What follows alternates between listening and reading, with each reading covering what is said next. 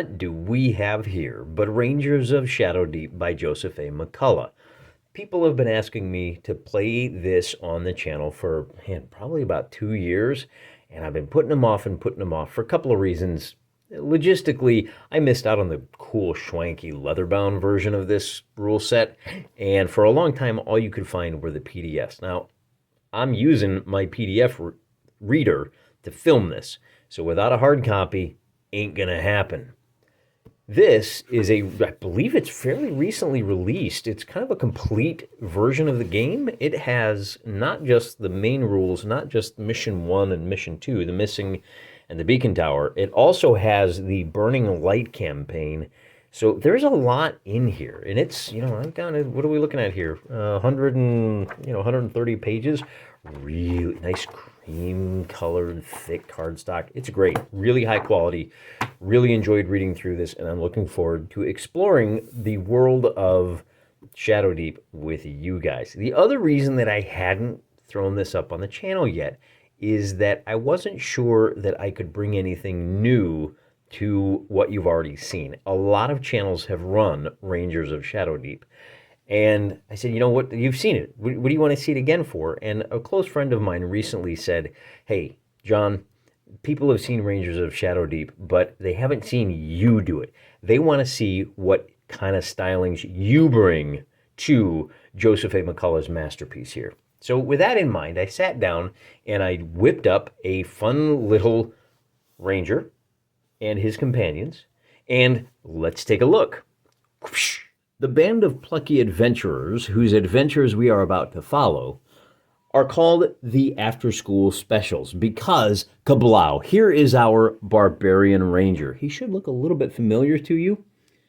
Little fella I like to call Thundar. Now, he is our Ranger. He is assisted by a couple of companions. Ukla the Mock, Princess Ariel, and then he needed a little bit more muscle. These are the big three, so I thought, if we needed a little more muscle, what should we do? So he sent out a call on the bro phone, and he brought in the Barbarian. Good old He-Man says, hey, Thundar, Barbarian brother, let's stop the evil together. Now you understand why I call this the After School Specials. Although, technically, I think Thundar was a Saturday morning cartoon, but He-Man was after school, so that's okay. So there you go. We got He-Man and Thundar, and rather than go through the full, what is Aventine? No, Aventine is the guy, right? What does Joseph come up? He's got a whole world that he built, Alador and all that. Yeah, no, it's not Alador. It's going to be Eternia. So maybe He-Man puts out the call to Thundar over here and says, Thundar, I need you to plane hop and come save Eternia from the Shadowdeep. Now, I am going to be running largely door kickers here. And so just to kind of fill you in, those of you that are familiar with Rangers of Shadowdeep, Thundar is our actual Ranger here. Move 6, fight 3, blah, blah, blah, blah, blah. He's got call to action. So he can activate everybody on the Ranger's activation. He is deadly. He's got the expanded crit range. Rolling D20s, he hits on 18 up is a critical. He's powerful, so in addition to that, he does +3 damage. He's tough, so even though he doesn't have the armor, he takes half damage from melee attacks. And then his skills, I just bought him a bunch of skills, and of course the, what did we bump up? We bumped up a couple of his stats, blah, blah, blah. That's all boring number stuff. So now let's take a look at there's a couple of things you need to be aware of with his companions. And I'm not going to go through this with every video. I'll just go through kind of the generals.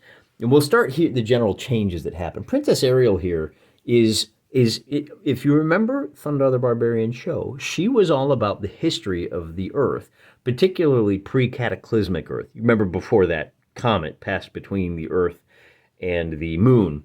So I gave her lore +3. That's her big bonus. And I only gave her 2 spells. Well, 3 rather. I gave her heal, slow, and teleport. But I also gave her...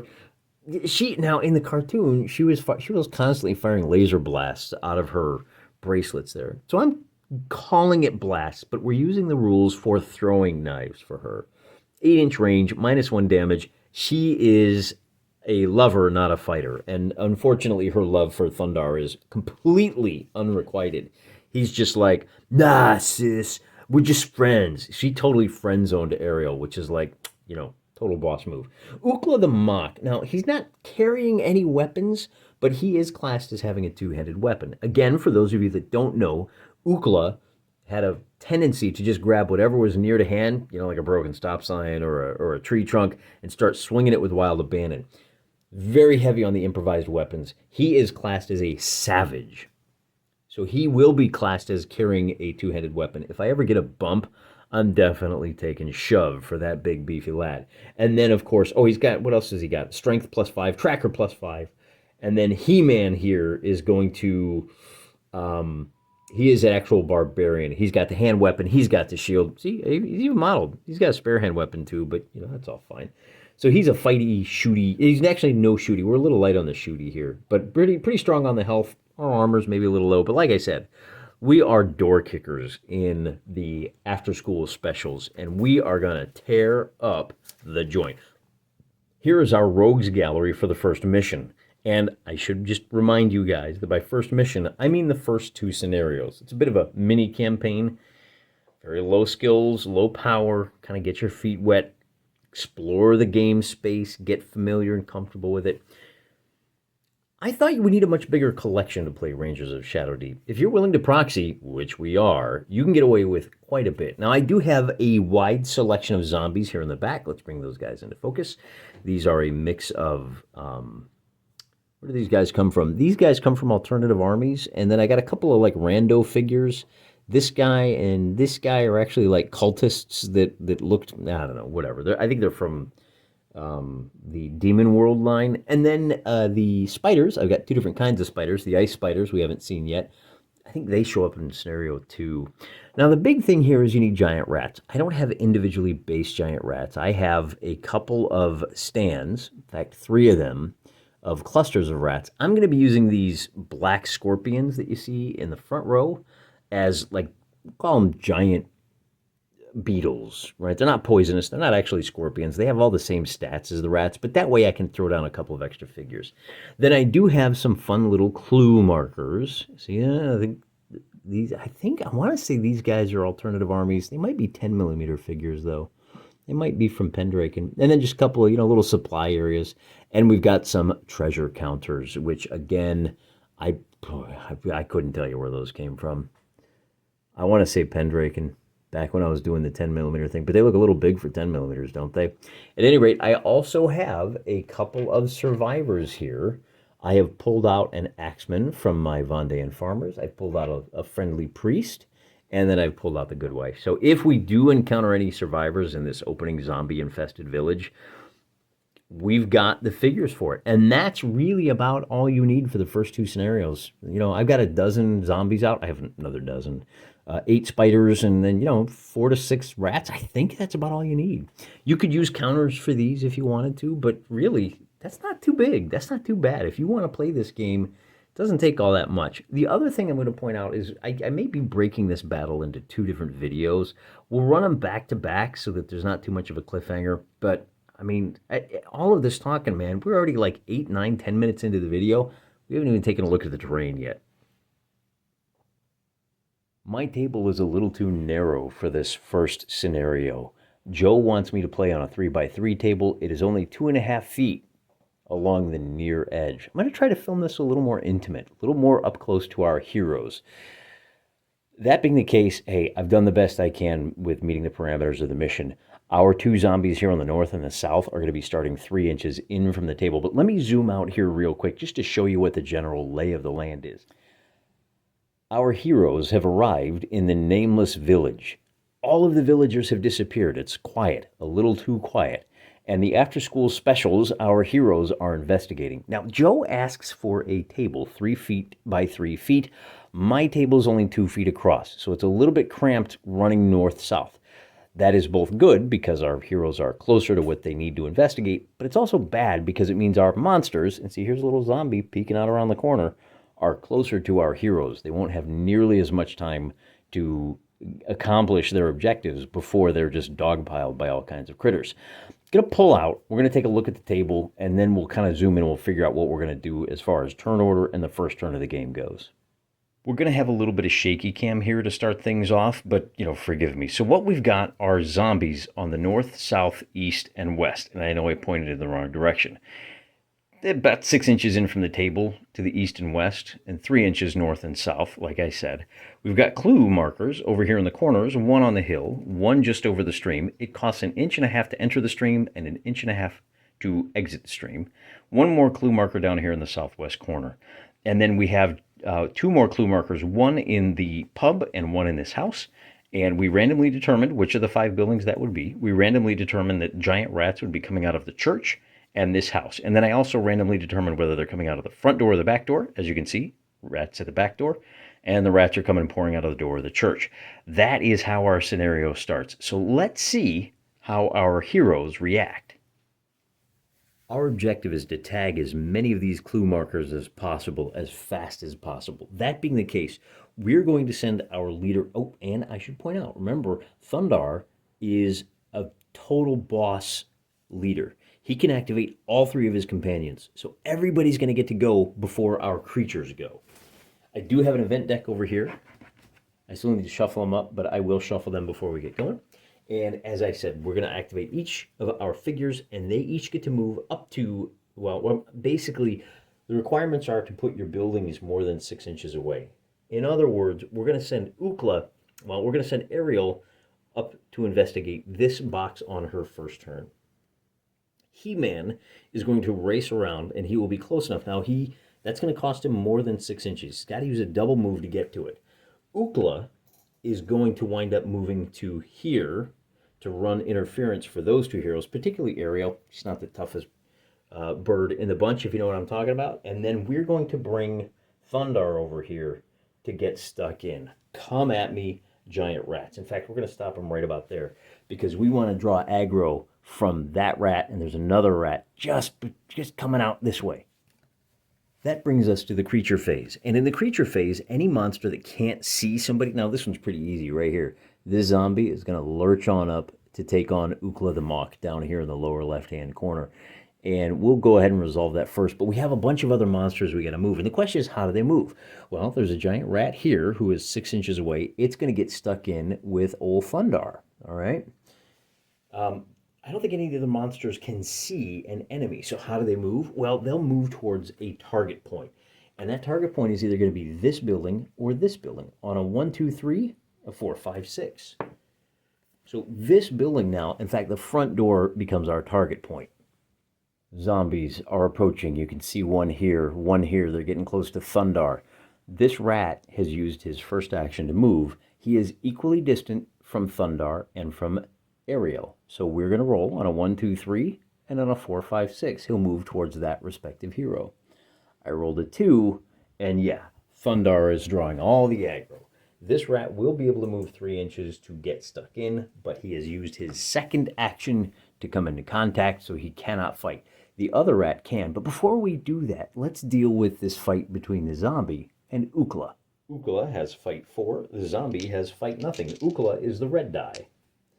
I get a total of 23 to 16 for a red win. Ukla wins. Now, Ukla is a pretty tough character. In addition to the 23, the zombie does have an armor of 12, so that's 11 damage. But remember, Ukla counts as using a two-handed weapon, so we're going to add 2 to that damage. He does a total of 13 damage, and that means we have completely obliterated this zombie. Boom, he picks him up, and in fine cartoon fashion, heaves him into the haystack where the zombie is very confused. Ukla now has a kill, and I'm not sure how to keep track of this. I'm going to put the zombie right on Ukla's character sheet off here in the back, and then we have another fight over here that we have to deal with. Here's a little better angle. Normally the rat has a fight skill of nothing, but because his buddy rat is climbing all over Thundar's back, the rat will be at a +2 to its fight roll. Thundar, remember, does criticals on an 18 or better and just does an incredible amount of damage. We're going to roll. Again, the red is the hero. And with a 14, well, the blue die becomes a 12. It was a 10. The 14 becomes a 19, so Thundar wins by, well, it doesn't matter what he wins by. Take the 19, subtract the giant rat's armor of 6. He does 13 points of damage, and that giant rat goes bye-bye. So, hey, a couple of experience points for good old Thundar. It's going to get tougher in the next round, but before we get to that, we have to draw our first event card. Here is our event deck. I've already shuffled it up, and we draw a 4 of hearts. Checking that against the table in the book, we find a zombie appears next to a random clue marker. 1, 2, 3, 4, 5, and 6. One more zombie shows up. That's a little cock. Let's re-roll that. 1. So a zombie appears up there.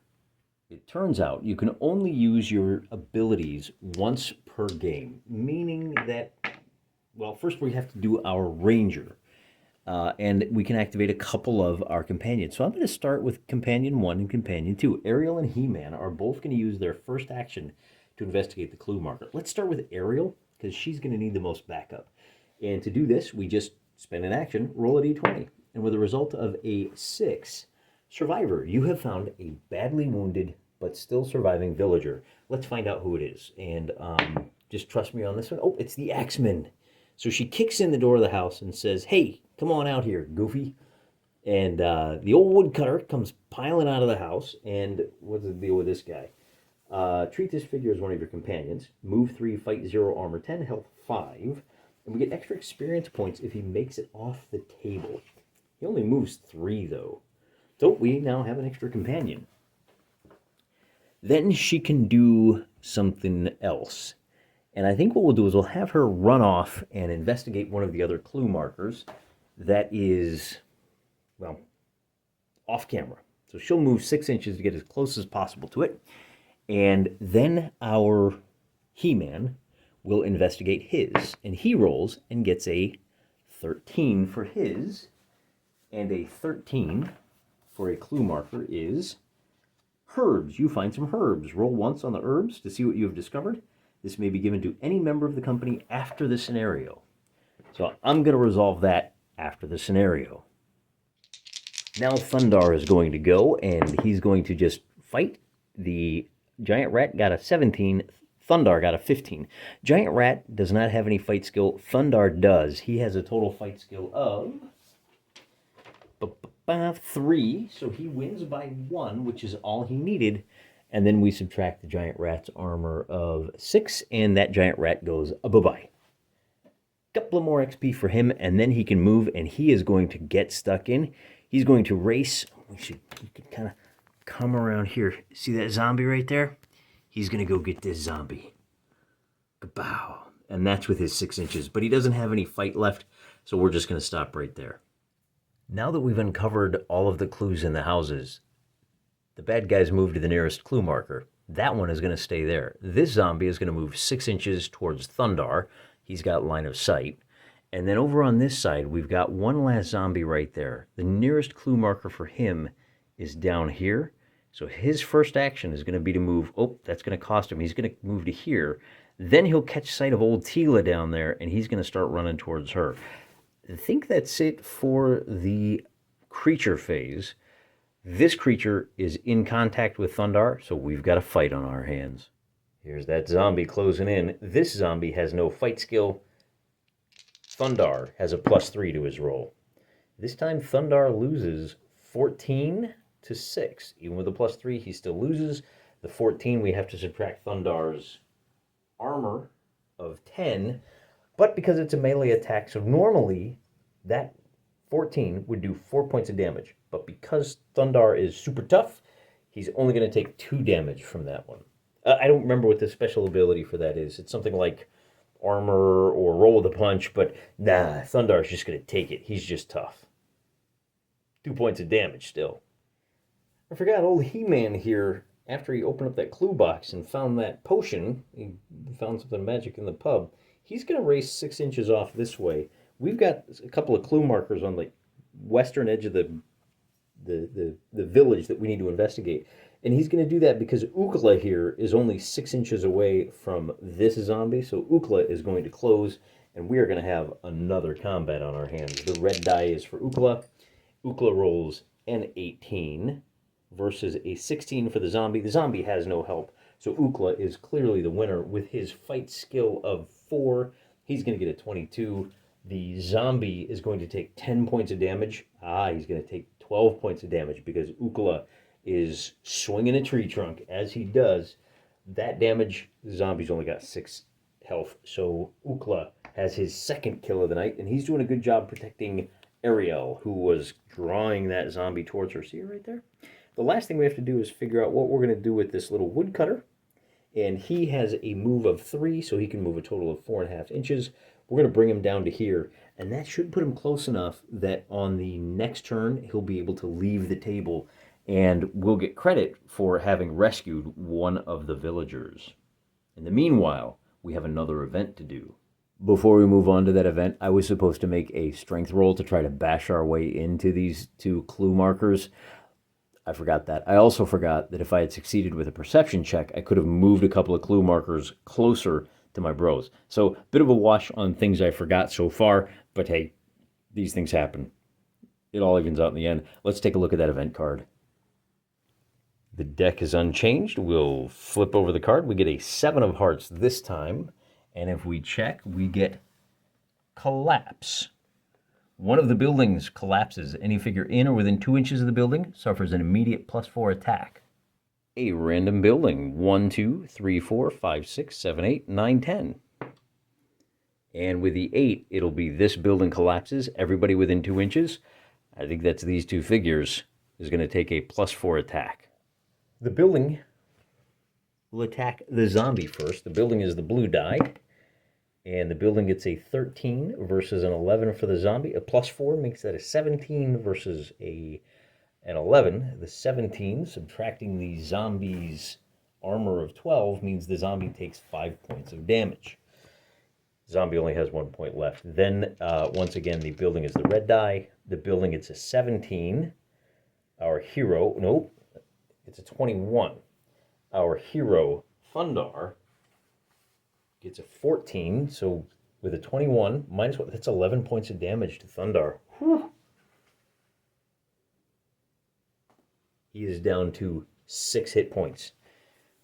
The structural integrity has done more damage to our hero than anything else in this game. You gotta love it. It is his turn now. So let's, since we're already set up here, let's start with Thundar. He is going to roll for the attack. And he is going to get a 16 on his fight roll, which is, he obliterates him. With just 1 hit point left, there's nothing that zombie can do. And then he can move 1 more time. So we are going to hoof it. Since he is down to just 6 hit points, we are going to leg it a total of, he can move 6 inches, and we're going to run off to, well, I'll show you right about there. Okay, he's headed for that clue marker and that zombie up there. You know, in retrospect, might have been better to come after this. We should leave those zombies for the guy that's not beaten and battered. We're gonna put He-Man or Thundar up on the hilltop, and going uphill, we're gonna call that rough ground. We can then move 2 heroes. I'm gonna move Ariel 9 inches. I don't think she's gonna be able to make it in contact with this. The other thing I'm going to do is this guy can move 4.5 inches. He's going to get off the table. So we rescued one of the villagers. I was wrong. Ariel had enough movement to get in contact with the clue marker, and then she had to stop. It is now the bad guy's turn. This zombie now has a line of sight. He has run down the hill, and once you're on top of the hill, it's fairly flat top. He's coming to try to get to Thundar. This zombie has 6 inches of movement. He is going to come into contact with He-Man, but he can't make any attacks because he just doesn't have the movement for it. That makes it our companion turn, and the last 2 companions we need to deal with are He-Man and Ukla the Mock. Ukla is very simple. He's going to run 9 inches. He's going to try to get to that last clue, which means we've got a fight on our hands right down here. He-Man is at a +4. Zombie's at nothing. He-Man gets an 18. Zombie gets a 15. That means we are going to be doing, let's see, 18. But He-Man, does he have any extra strength to that? No, he doesn't get the +2. So the 18 minus the zombie's armor of 12 means he does 6 points of damage. And that's enough that He-Man now notches his first kill of the game. And because that's his first action, he can actually move another 6 inches. And he'll move 6 inches up to here. We're done with the companion phase. That means it's time for another event. And that means it's time for the shaky cam. I couldn't find a decent roster. I have to use paper. Little disappointed, gotta tell you. Little disappointed in the Rangers of Shadowdeep community. I thought this was a popular game, but I'll never criticize Osprey again. At least they make, as sorry as their quick reference sheets are, at least they make them available. Six of Hearts. The guys over at Modifius, man, they got nothing. So that Six of Hearts is going to be a giant rats. Place 2 giant rats on the table next to 2 randomly determined buildings. They should be placed out of the line of sight of any heroes. All right. We only have 4 buildings left. 1, 2, 3, 4, 5, 6, 7, 8. And I got to roll 2 times. We get a 7 and we get a 6. All right, so we got 1 here and 1 here. And because we've got here, well, the heroes could appear, they got to appear out of line of sight. So we'll put 1 at the back door here, because then, and there's no line of sight because of the haystack. So 1's going to appear here, and the 1 that appears there will appear kind of back in that crook right there. That takes us to the Ranger Barbarian's turn. He is, let me drop this down here so I can show you. He is a total of 5 inches away from this clue marker. We're going to move him there. Cost an extra inch to get from the hill down to the clue marker, and then we are going to use our second action to investigate the clue. Rolling a d20, we get a result of an 11. You discover a mutilated body. Make a survival roll. Toughness number 6. I have +3 to this roll, I'll have you know. An 8 + 3 is an 11. Hey, Thundar here discovered the nature of, I guess, what happened. And I just noticed I am supposed to be having giant rats appear in a random corner during each event phase. Well, that being the case, I'm going to drop it. I know we've only had 3 so far. I'm dropping a rat in each corner of the table right now. That upsets all of my plans, and it could be a real concern. So that's what this little guy is right here. And everybody else, Ariel is completely unprotected. She's about to get eaten by rats.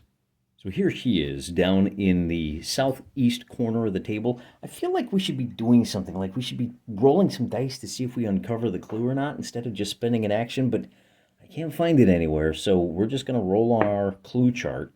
We get a natural 20. Replace the clue marker with a zombie that is in combat with a figure that moved into contact. Oh boy, this is the worst possible outcome. So we're going to use the worst possible zombie here. She said, oh, I believe I have found a corpse. And the corpse said, I don't, well, you might be half right. But now we got to fight. And she has a fight skill of nothing v nothing. Roll big, big. Oh, and she loses by 6. She has an armor of 10. So she will be losing 6 points of damage. And she only has 12, so that's not great for her.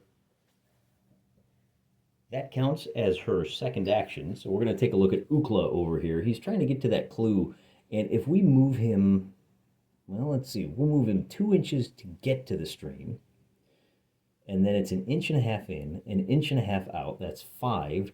And then 6. Oh, he can't quite make it. So we'll use his second action to put him in contact with a clue. Next turn, he's going to be able to investigate that. And that, I think that'll be the last clue of the day. Or I could read the scenario rules. Quoting, whenever a figure ends its turn in contact with a clue marker, and now I can't see where I read that again. It's buried in here. Here we go. End its action immediately and roll on the clue marker table. So we'll roll again. We get an 8 this time. Strange tracks. You discover some odd tracks. Make a track roll. Toughness number 6. Now, hold on. Ukla is a tracker 5. So unless a 1 is an automatic miss, he has succeeded in discovering some tracks. Creature phase. These 2 boys couldn't see anybody, so they headed for that last clue marker. This giant rat, is actually a giant beetle, raced over, noticed Ukla down here, but didn't quite have the movement to get into contact. Ukla is going to have to run down and try to rescue Ariel down here. She's about to get hit by both of these guys. That's not going to be good. And then this giant rat can't see anybody, so he's going to move. I actually forgot about him. He's going to move towards that marker, and he might wind up in contact with He-Man. The rat does not. He's going to make it to about right there, but running through the rubble of the building slows him by half. He stops right in the center of the rubble. We do have to do this fight down here. Our barbarian ranger is going to fight and get a notch a win, and that is going to be one more rat for him. The last thing we need to do is we got to do our event phase. We'll drop the cards back down on the hill here, card top hill, but we also need to roll to see 1, 2, 3, 4, 5, 6, 7, 8. Now that we know what we're doing, and an 8 means our giant rat's going to appear down here. We've got this fight down here, and that fight is going to be, I don't know, does she have to fight twice? I'm not sure how this works. She fights the zombie at evens, and she gets a 16, and she clobbers him, doing 4 points of damage. Well, he is at +2 because he's got the rat backing him up, but I think she also needs to fight the scorpion. And she's going to lose pretty badly to him, or the scorpion. It's actually a giant beetle. He is going to do another 2 points of damage to her, taking her down to 4 hit points. But the zombie at least only has 2 hit points left. We'll put a little marker right there, and we'll knock over the tree, as we do, to show that that zombie only has 2 hit points left. Not bad. I'm impressed she survived that. We still have to do He-Man's turn, and that's pretty simple. He's going to race up to the top of the hill. That's about as close as he can get. I measured it off screen. He's trying to get to that last clue, see if we can uncover clue number 6. That will be the end of the turn, except for the event phase. And at this point, we need to roll to see where our giant rat comes in. It's going to be in the Ukla corner, if you will. The last bit will be our event deck, the 2 of Hearts. 2 more zombies appear. 1, 2, 3, 4, 5, 6, 7, 8. And we get a 4 and a 6. So 1 zombie will appear here and 1 will appear down here. I'm going to call it right here. We are through turn number 4, and I think the video is going on long enough. That's part 1. Part 2 will see us finish off the scenario with the last 4 turns. Ariel is hurting, but don't worry. She's got a couple of tricks up her sleeves. Our Ranger Barbarian is hurting pretty bad too, but he doesn't have a whole lot of monsters around him just yet. He could kind of hide down there since they can't see him. You know Thundar's not going to do that. He's going to take it to the enemies. And Ukla over there, he has to decide whether to get across the stream and come help his friends, or is he just going to start stomping on rats. We'll figure that out in the next episode of The Joy of Wargaming. Till then, I'm praying for you.